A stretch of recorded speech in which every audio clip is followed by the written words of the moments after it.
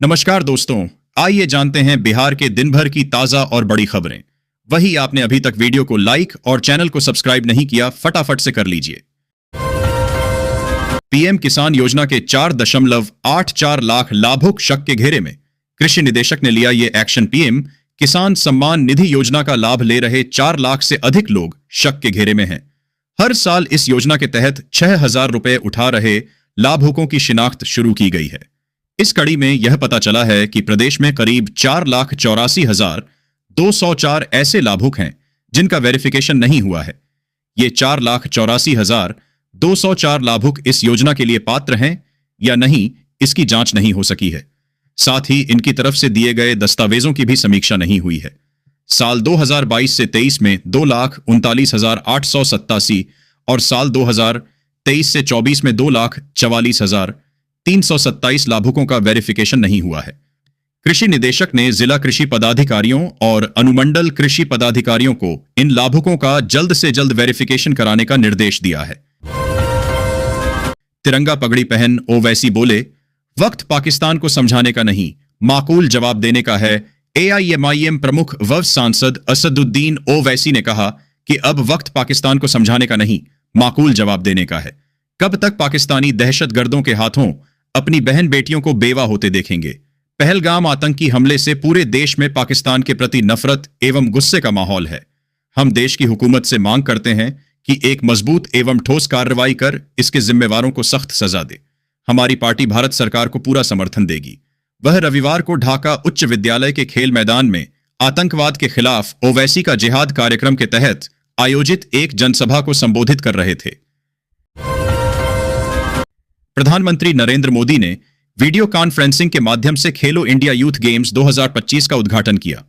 वहीं Pataliputra sports complex में CM Nitish Kumar और खेल मंत्री मनसुख मांडविया ने मशाल जलाया। इस दौरान पीएम ने भोजपुरी में खिलाड़ियों को बधाई संदेश दिया। पीएम मोदी ने कहा कि भारत में खेल एक कल्चर के रूप में अपनी पहचान बना रहा है। बिहार में हो रहे खेलो इंडिया गेम्स के लिए अपने वर्चुअल संबोधन में प्रधानमंत्री नरेंद्र मोदी ने कहा कि हम सभी ने आईपीएल में बिहार के बेटे वैभव सूर्यवंशी का शानदार प्रदर्शन देखा है। वैभव ने इतनी कम उम्र में इतना बड़ा रिकॉर्ड बना दिया है। उनके खेल के पीछे उनकी मेहनत तो है ही, लेकिन अलग अलग स्तर पर मैच खेलने से भी उन्हें मदद मिली है। इसका मतलब है जो जितना खेलेगा वह उतना ही खिलेगा। खेलो इंडिया यूथ गेम्स इस दिशा में देश के युवाओं के लिए एक बहुत बड़ा प्लेटफॉर्म बना है। इस बार खेल का बजट करीब 4,000 करोड़ का है। आज देश में 1,000 से अधिक खेलो इंडिया सेंटर चल रहे हैं। इसमें 2 दर्जन से अधिक तो बिहार में हैं।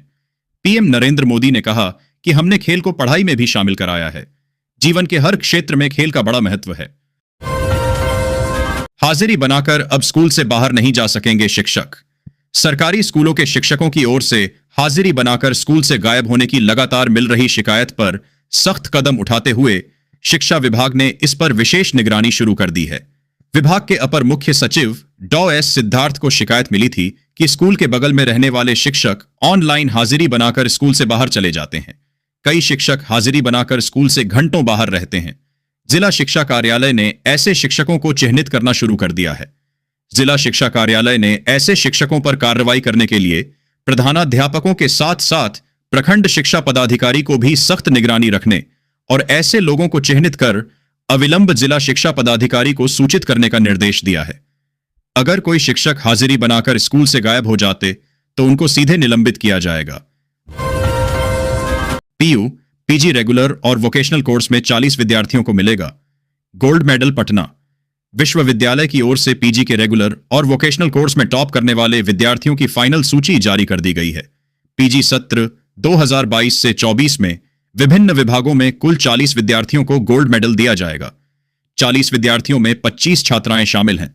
इससे पहले विश्वविद्यालय की ओर से जारी की गई औपबंधिक सूची में सुधार के लिए 30 अप्रैल तक आपत्ति दर्ज करा सकते हैं।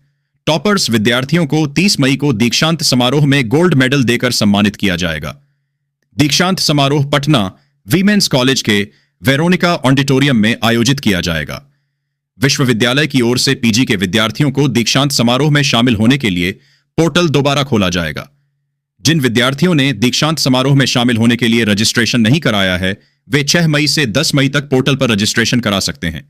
अब तक 1,117 विद्यार्थियों ने ही रजिस्ट्रेशन कराया है, जबकि पीजी रेगुलर और वोकेशनल कोर्स में 2500 से अधिक विद्यार्थी शामिल हैं। अब थावे होकर चलेगी छपरा आनंद विहार टर्मिनल एक्सप्रेस। खगड़िया तक जाएगी Rajgir Kiul special train Bihar train. गर्मी के मौसम में यात्रियों की भीड़ को देखते हुए रेलवे प्रशासन ने छपरा से आनंद विहार टर्मिनल के बीच ग्रीष्मकालीन साप्ताहिक विशेष ट्रेन चलाने का निर्णय लिया है। यह ट्रेन थावे जंक्शन होते हुए कुल 10 फेरों के लिए चलाई जाएगी। जनसंपर्क अधिकारी अशोक कुमार ने बताया कि गाड़ी संख्या 5113/5114 का परिचालन छपरा से 14 मई से 16 जुलाई तक प्रत्येक बुधवार और आनंद विहार से 15 मई से 17 जुलाई तक प्रत्येक गुरुवार को किया जाएगा। 5113 छपरा आनंद विहार विशेष ट्रेन छपरा से 15:45 पर रवाना होकर छपरा कचहरी, मशरक, दिघवा दुबौली, थावे 18:50, तमकुही रोड, पडरौना, कप्तानगंज, गोरखपुर, खलीलाबाद, बस्ती, गोंडा, बुरहवल, सीतापुर, शाहजहांपुर, बरेली, मुरादाबाद होते हुए दूसरे दिन दोपहर 14:25 पर आनंद विहार टर्मिनल पहुंचेगी। वाम दलों के भारत बंद के समर्थन में उतरेगा महागठबंधन। 20 मई को पटना में हल्ला बोल। बिहार विधानसभा चुनाव 2025 में महागठबंधन एकजुटता के साथ चुनावी मैदान में जाएगा। रविवार को पटना में हुई महागठबंधन की तीसरी बैठक में निर्णय हुआ कि घटक दलों में जमीनी स्तर पर बेहतर समन्वय कायम करने के लिए राज्य से लेकर जिला, प्रखंड व पंचायत स्तर तक समन्वय से संवाद कार्यक्रम चलाएगा। चुनावी दृष्टिकोण से कुछ और कार्यक्रम जल्द ही तय किए जाएंगे। वाम दलों की ओर से आहूत 20 मई के बंद को महागठबंधन के सभी घटक दलों ने समर्थन करने का निर्णय लिया गया। आशियाना दीघा रोड के एक रिसोर्ट में नेता प्रतिपक्ष तेजस्वी प्रसाद यादव की अध्यक्षता में हुई महागठबंधन की तीसरी बैठक में यह निर्णय लिया गया। नीतीश ने करवाई जातीय गणना, विपक्ष सिर्फ क्रेडिट लूटना चाहता है। जेडीयू का पलटवार, सीएम नीतीश। संजय झा ने कहा कि एनडीए के घटक दल मिलकर पहले भी लोकसभा चुनाव लड़े हैं और शानदार प्रदर्शन किया है। विधानसभा चुनाव में भी एनडीए एकजुट होकर चुनाव लड़ेगा और 200 से अधिक सीटों पर जीत दर्ज करेगा। जातीय जनगणना को लेकर विपक्ष द्वारा श्रेय लेने की कोशिश पर संजय झा ने कहा कि जब विपक्ष के पास मौका था तब उन्होंने जातीय जनगणना नहीं करवाई। अब जब नीतीश कुमार की सरकार ने यह ऐतिहासिक काम किया है तो विपक्ष उसका श्रेय लेने में लगा है। उन्होंने कहा कि लोग समझ चुके हैं कि विपक्ष को सिर्फ अपने परिवार की चिंता है, न कि समाज या गरीबों के भले की। सीवान में एमडीएम के पायलट प्रोजेक्ट के लिए 87 स्कूलों का चयन, इन्हें मिली अहम जिम्मेदारी। सीवान में शिक्षा विभाग ने सरकारी प्रारंभिक विद्यालयों में मध्याह्न भोजन योजना के सफल संचालन के लिए प्रधान शिक्षक के स्थान पर किसी अन्य शिक्षक को जिम्मेवारी सौंपने का निर्णय लिया है। ऐसे में अब प्रधान शिक्षकों का मुख्य कार्य विद्यालय के शैक्षणिक गतिविधियों के सफल संचालन का होगा। इस संबंध में सभी जिलों को पत्र भेजा गया है। डीपीओ एमडीएम जय कुमार ने बताया कि प्रोजेक्ट का मुख्य उद्देश्य स्कूलों में मध्याह्न भोजन योजना के संचालन से एचएम को मुक्त करना है। डीपीओ ने बताया कि विभागीय प्रावधान के अनुसार बैंक खाता खुलवाने का आदेश एमडीएम बीआरपी को दिया गया है। डीपीओ ने बताया कि योजना की सफल संचालन के लिए मध्याह्न भोजन योजना प्रभारी शिक्षक का चयन मुख्यालय स्तर से ई शिक्षा कोष के माध्यम से किया जाएगा। चयनित शिक्षक का मूल कार्य मध्याह्न भोजन का सफल संचालन कराना ही होगा। वे प्रत्येक दिन केवल 3 घंटे अध्ययन अध्यापन का कार्य करेंगे। विद्यालय शिक्षा समिति के सचिव व नामित मध्याह्न भोजन प्रभारी द्वारा बैंक खाता का संचालन किया जाएगा। रविवार दोपहर को धड़ाम से गिरा सोने का भाव। 24 कैरेट सोने का ताजा भाव।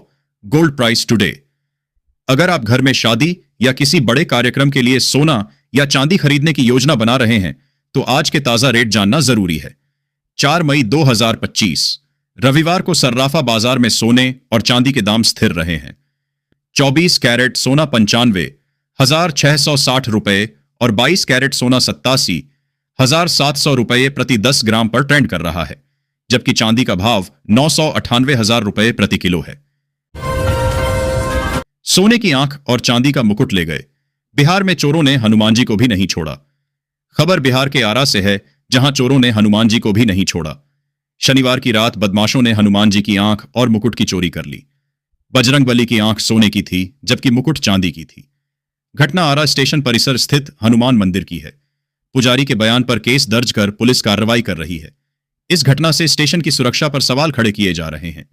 स्टेशन परिसर में लगे सीसीटीवी का वीडियो पुलिस खंगाल रही है। बिहार में कांग्रेस को 70 नहीं 100 सीट मिले, पप्पू यादव ने बताई वजह। कहा, हमारा एक एक कार्यकर्ता। पटना में रविवार को पाटालिपुत्रा एक्सोटिका में पूर्णिया सांसद राजेश रंजन उर्फ पप्पू यादव ने जाप के पूर्व नेताओं के साथ बैठक की। जाप नेताओं ने कांग्रेस में शामिल होने की सहमति जताई। इसके बाद पप्पू यादव ने प्रेस वार्ता में इसकी घोषणा की। उन्होंने कहा कि यह कदम बिहार में कांग्रेस को मजबूत करेगा और जनहित में काम करेगा। पप्पू यादव ने कहा कि कांग्रेस केंद्रीय नेतृत्व से समय मांगा है। जल्द ही हम सब मिलकर गांधी मैदान में एक बड़ी रैली करेंगे। मुंगेर के एमपी एमएलए कोर्ट से अनंत सिंह को मिली रिहाई।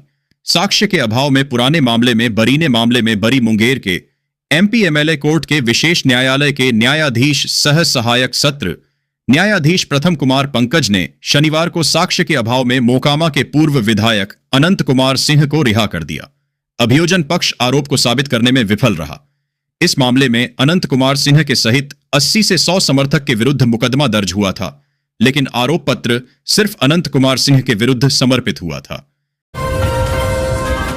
आपकी नौकरी और सुरक्षा की जिम्मेदारी हमारी ईबीसी वोटरों को साधने की कवायद में आरजेडी तेजस्वी ने किए कई बड़े वादे। आगामी बिहार विधानसभा चुनाव को लेकर तमाम पार्टियां तैयारियों में जोर शोर से जुटी हुई हैं।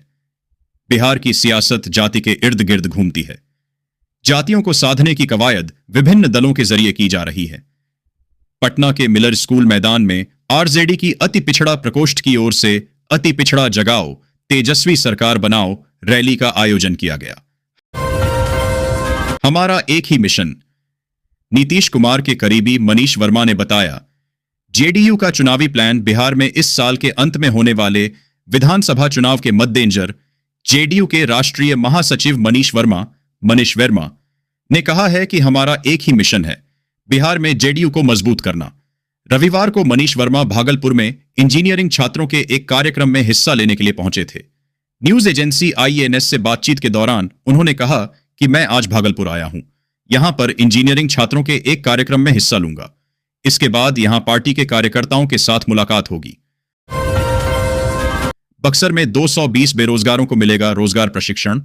प्रधानमंत्री की इस योजना से मिलेगा फायदा।